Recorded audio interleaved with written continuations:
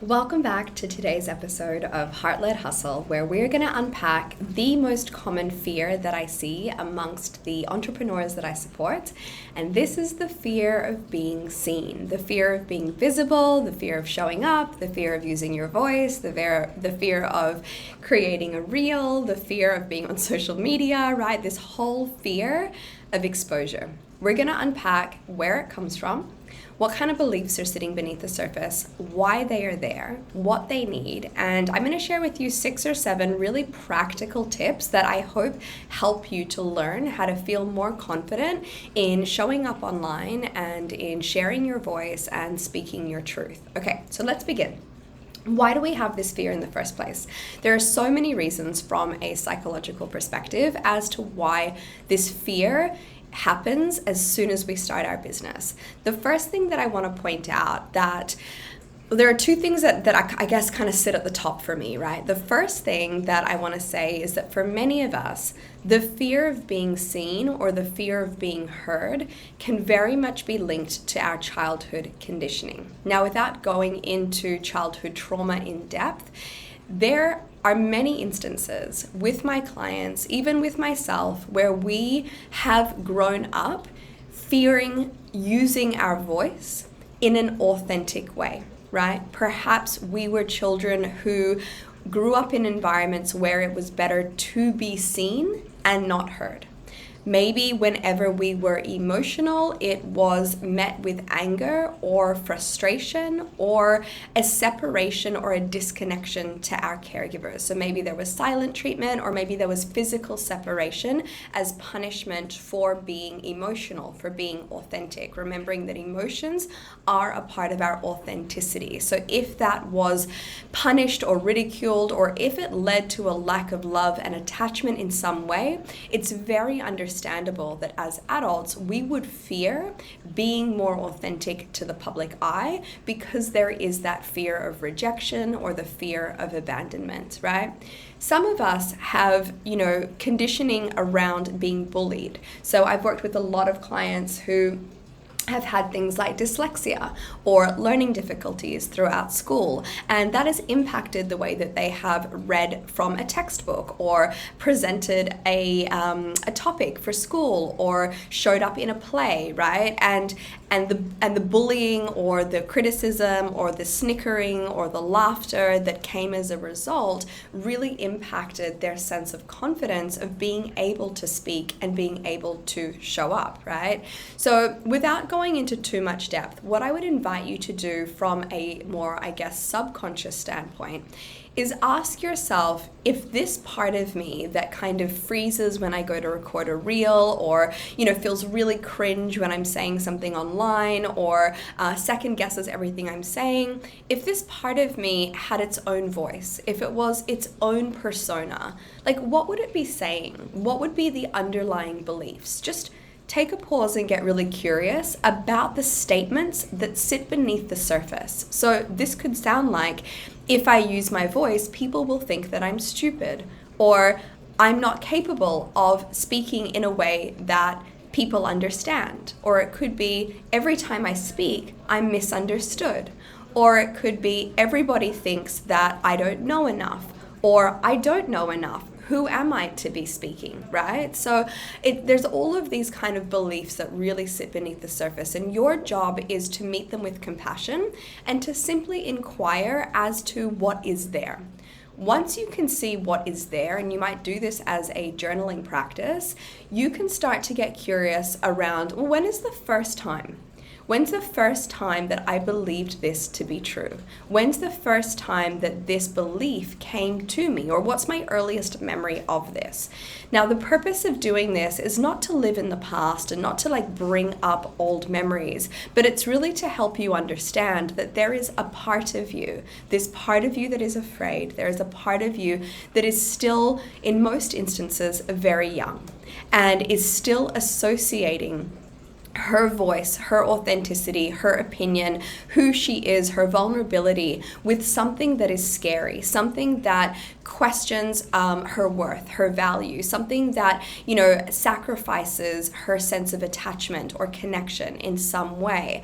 And it's really important to be able to identify that it is a part of you. It is not all of who you are. In some instances, we may refer to this as the inner child part of you.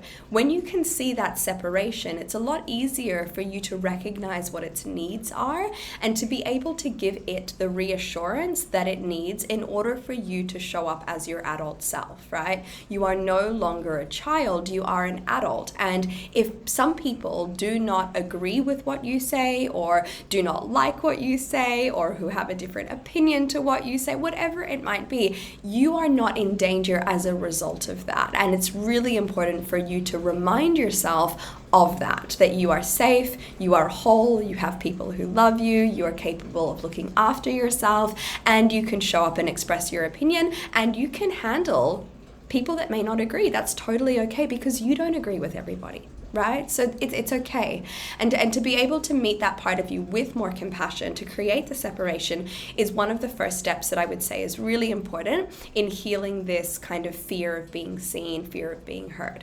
Now, on the other side of the coin is what's happening when we change identity. And this is something that's happening more in the real time, right? As you're starting to build, grow, expand, scale your business, or as you're starting to show up more authentically as a business owner, as an expert in your field.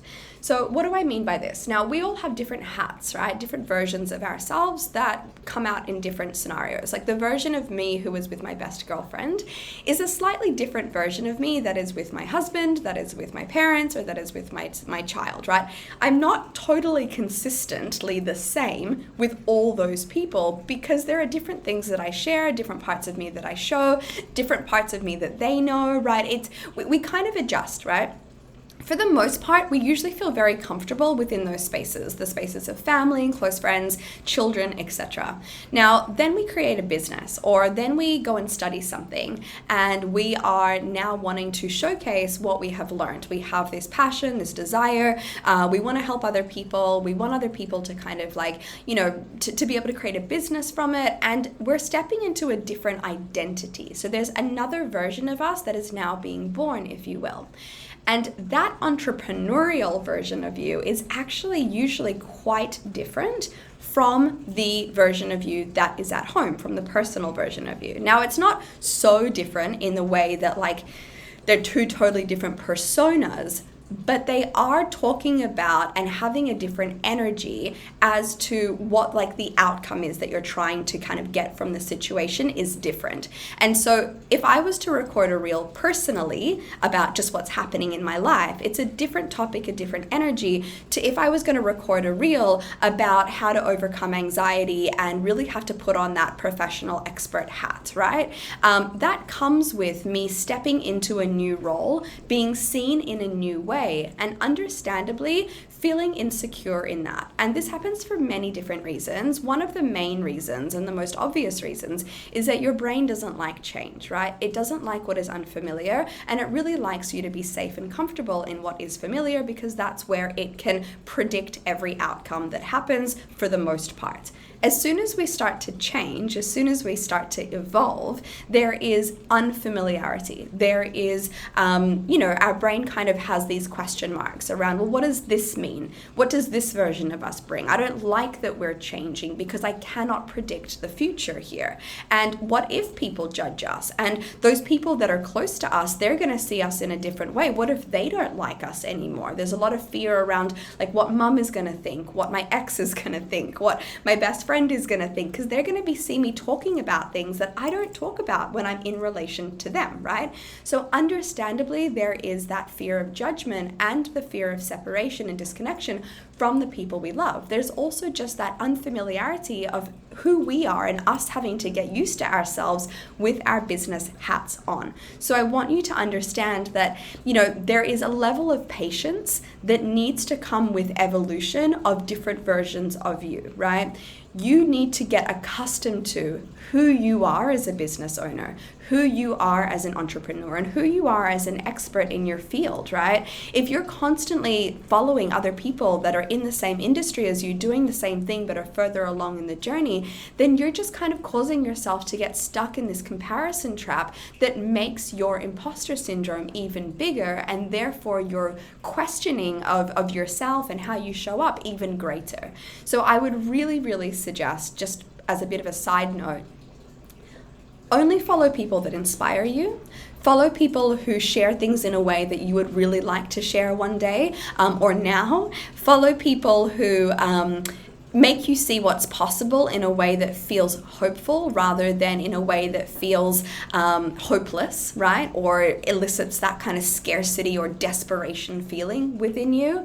And don't follow everyone in your industry. Like, make sure your Instagram feed is still filled with things that genuinely interest you from an authentic perspective. If you were to look at my Instagram feed, it doesn't have very many people in the space that I work in, maybe 3.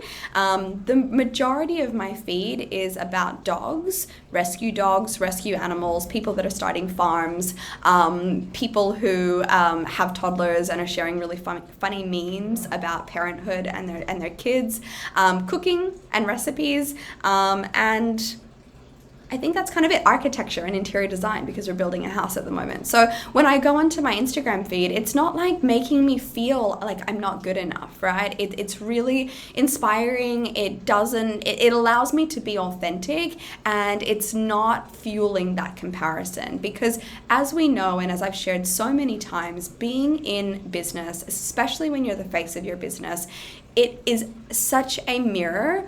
And it's such a self-development journey, and it brings up so much of our not good enoughness and so much of our shame stories and so many of those subconscious beliefs that come with being exposed, being vulnerable, being seen, right? We as humans want so much to be connected, to be accepted, to be understood, to be loved. And so naturally, when we start to put ourselves out there more, all of those things come into question, and your brain will naturally say, well, hang on a minute, I don't know if I want to do this. I'm going to pump the brakes here because I want you to stay safe. That's my job, to keep you safe. And safety means to stay in attachment with the people around us and to stay with what's familiar so that it can be predictable. Right? So I just want you to understand as a first point that for the most part, those 2 things are the main sources of your fear, right?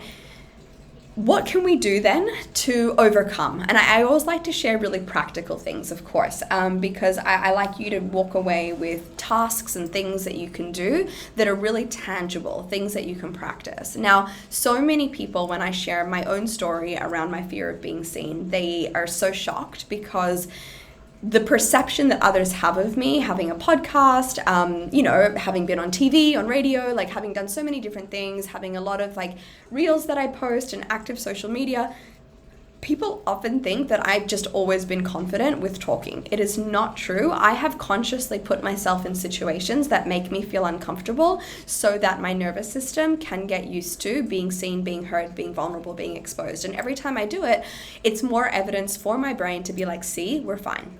We're fine. You know, at the end of the day, if someone's harassing you on social media or someone doesn't like what you say, like, you can mute them, you can block them, you can make sure they unfollow you.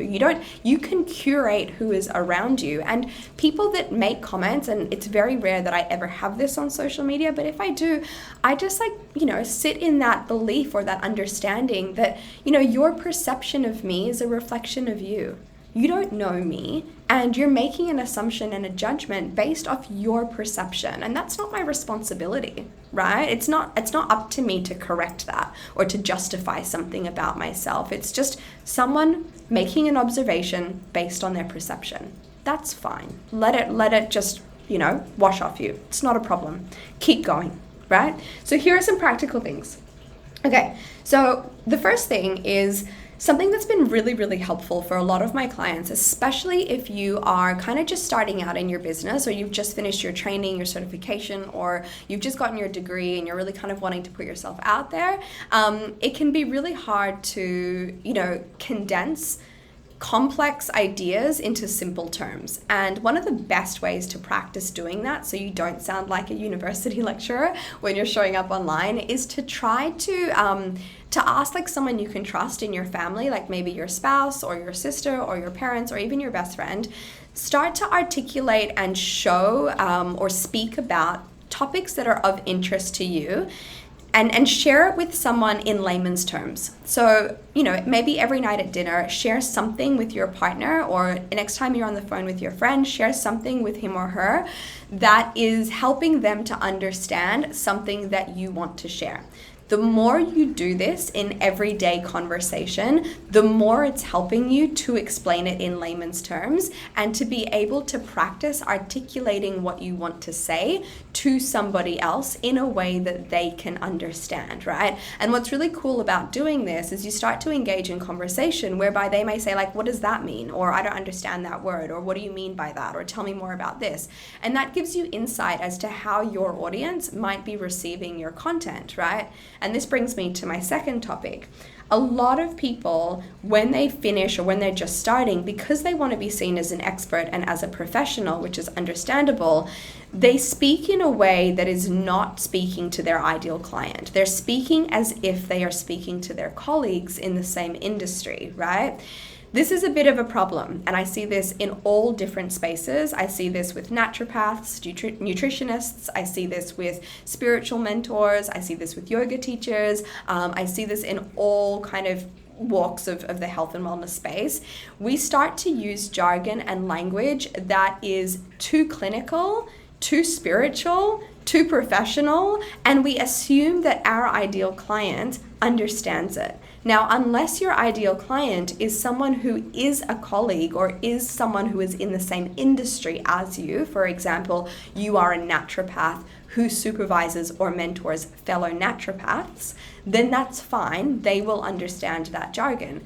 But if you are a naturopath and your ideal client is women who are navigating their fertility journey, and you start talking about how, hormones are processed through the body, and you're talking about detoxification pathways in complex terms, that's going to go right over their head. Most people don't even realize that their hormones navigate different detoxification pathways. Like, it's not something that people can conceptualize. They don't understand that. It's very confusing to them. And when someone finds something to be too complicated or too confusing, they might enjoy your content as a way of understanding from an educational perspective, but it doesn't speak to them and their problem and the transformation that they are seeking. It just feels like something that's educational, right? So I want you to go through and audit your landing pages, your Instagram, your posts, the way that you show up, and ask yourself, if I was hearing this as a,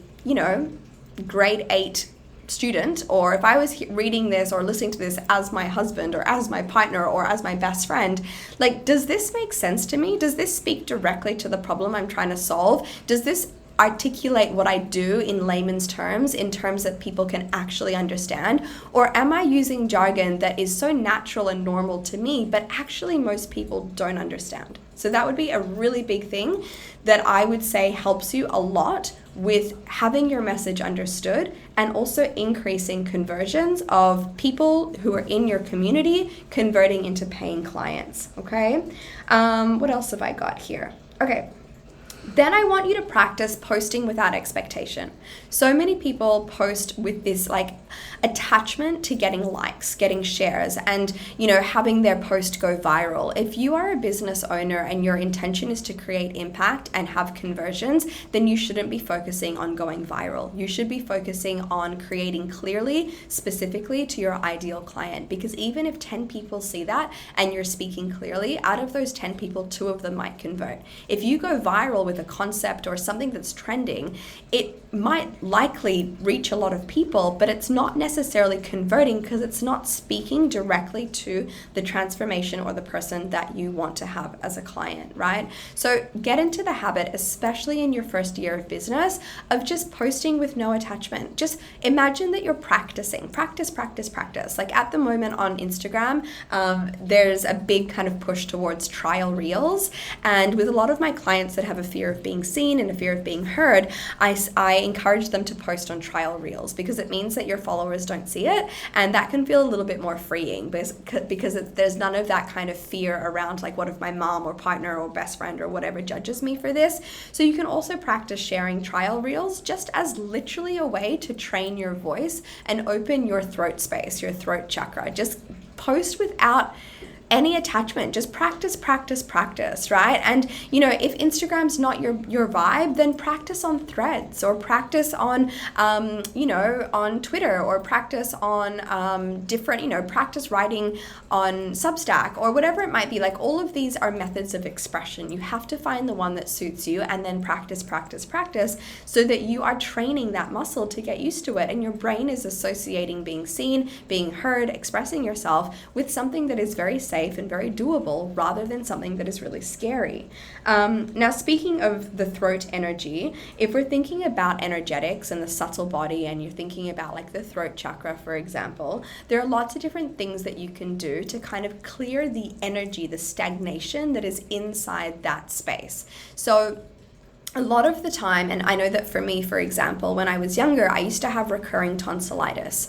And this was something that was absolutely linked to my fear of speaking up and getting in trouble as a result. So I would suppress a lot. And as a result, I had a lot of stagnant energy in my throat that manifested as infection. Since I kind of left home and worked a lot on my own trauma, I haven't had it since, right? Since I was probably like 16. So think about how things get stagnant, how things accumulate, energy accumulates, it gets suppressed and it blocks different parts of your body. Now your throat, if we're looking at it from the perspective of the chakras, I've been a yoga teacher for over a decade, so I'm going to use this as an analogy and as something that I'm going to lean on for this the purpose of this podcast. If we're thinking about the chakra system and we're looking at what does the Vishuddha chakra represent, so your throat chakra, it is your center of manifestation. It's about vibration and the vibrational frequency of who you are. Now, we have our heart's desires, the heart chakra that sits beneath it, anahata, and that is like, through our confidence, through the fire of who we are, through, really believing in ourselves, we start to realize what's in our hearts, right? We start to realize our heart's desires, and then that has an opportunity to then be manifested through our throat, right? Through the things that we ask for, through the way that we show up, the way that we present ourselves, through vibrational frequency of who we are.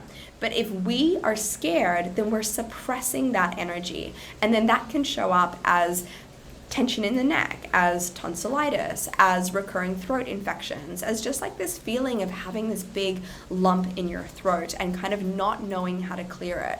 So things that I would encourage you to do can be doing neck and shoulder massage, whether someone does that for you or you do it for yourself. It can be really healing to clear that space through massage and release of muscle tension. The second thing that I would say would be humming, singing, or chanting. So if you are a yoga practitioner or you do yoga, or there's an opportunity for you to go to any classes whereby it is very mantra or chanting focused, I highly encourage you to go. And you can chant and recite mantra with others, and it's so powerful to be able to just allow the vibration to move through your body, to move through your throat, and to find that sense of clearing, right? Singing in your car, singing in the shower, singing with your children, humming as you're walking around the house, all of that kind of vibration helps to open up and clear out the gunk, if you will, of stagnant energy that is in your throat. The last thing I want to say around clearing that energy is if you don't journal, I highly suggest that you start, because a lot of the time what is suppressed in our throat are things that are unsaid, things that are unspoken, things that we feel or have felt in the past that haven't had a chance to be said. And sometimes those things aren't relevant anymore. Sometimes there's no point in us actually saying it to another person, but it still needs to be processed in some way. And journaling is a fantastic way to be able to do that. So allow yourself to what I call like free journal. Just, at the end of the day, ask yourself, what do I want to say today? Or how is today for me? Or what's present and alive for me right now that I want to say? And you might just start by writing and then just see what comes up. Like it could start with, today I felt really sad because blah, blah, blah, blah, blah. Or today I felt really angry because when I did this person said this and it made me think blah, blah. Like it's just getting out what's there, and it can feel so freeing. And it's another way of self-expression that enables you to process and to move that energy through your system, okay? Okay, I think that's everything that I have. Oh, the last thing that I've written down is that sometimes as a consequence of us having a fear of being seen or a fear of using our voice, we tend to over-explain things, right? Because we have this belief that we're misunderstood or we're stupid or we're not good at explaining ourselves, and so we over-explain. I used to definitely be an over-explainer, and sometimes I still can be. What's really, really helped me is I have, on purpose, started sharing more on Threads, which is like it's like a sister account to Instagram, but it's all through writing, and what you share is limited to a certain amount of characters.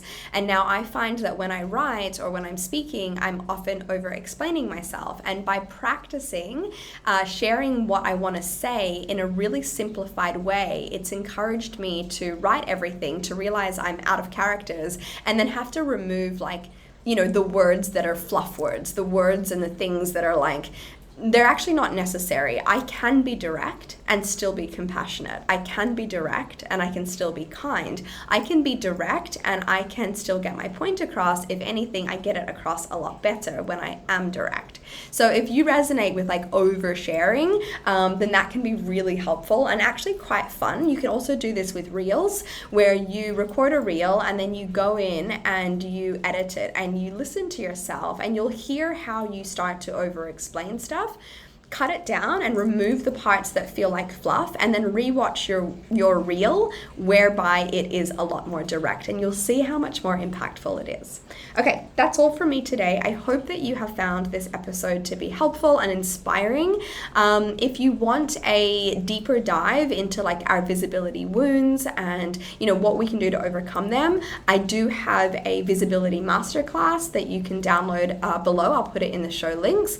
And if you are a early stage entrepreneur and you are really wanting to build a sustainable, steady, foundational business that you can grow with, that you can actually tend to these subconscious fears and patterns in a way and at a pace that suits you, that you can create a legacy business whereby income grows steadily. There's no desperate energy, no scarcity, no quick fixes. It's really something that tends to your psychology as well as the strategy of business. Then I highly invite you to check out the Empowered Practitioner Business Program. It is my signature business hub where I have a growing community of entrepreneurs just like you in there, over 65 video lessons that help you navigate everything in the early stages of business, from creating courses and memberships to your website, to your marketing, to your mindset. It is amazing. We do group coaching sessions in there. You have one-to-one strategy sessions with me. And most importantly, you have this amazing community that you get to lean on and grow with over time. If that sounds like something that you want, check out the show notes again, and I hope to see you in the next round. Feel free to always DM me or send me a message if you find these episodes helpful. I would love to hear from you, and I will see you in the next episode.